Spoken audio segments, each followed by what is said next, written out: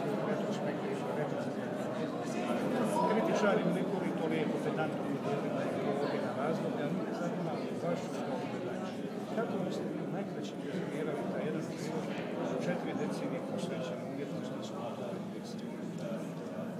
Pa tako čujem i što sam pročitao, što su kazali kritičari, to je moj život koji se sažeo u jednu izložbu, veliku izložbu.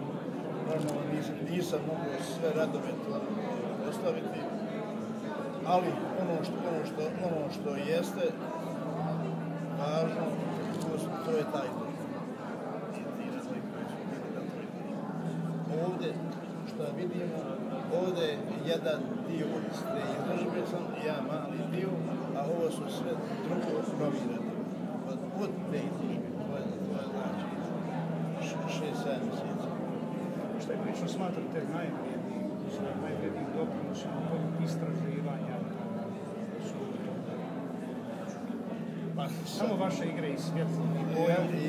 Jeste, boja je bila kod mene važna prošle decenije, pretprošle stvari decenije.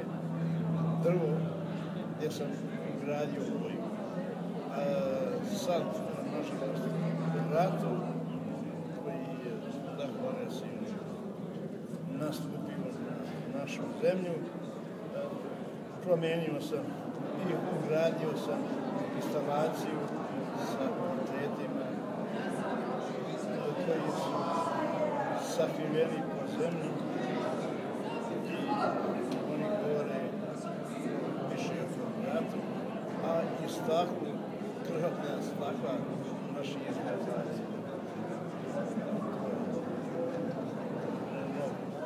Sad zadnje što radim, to je više opuštanje i jedna igra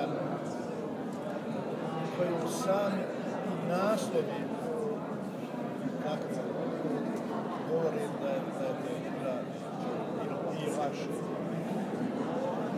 za lakoću koju sam pokušao uraditi ove zadnje skulpture.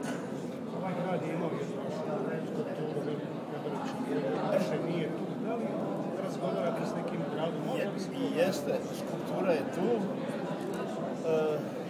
Ja bih želio, ja mislim da sam imala sluhu za likovnu umjetnost i sada imam da tu skulpturu nekako podignu, jer malo je pala.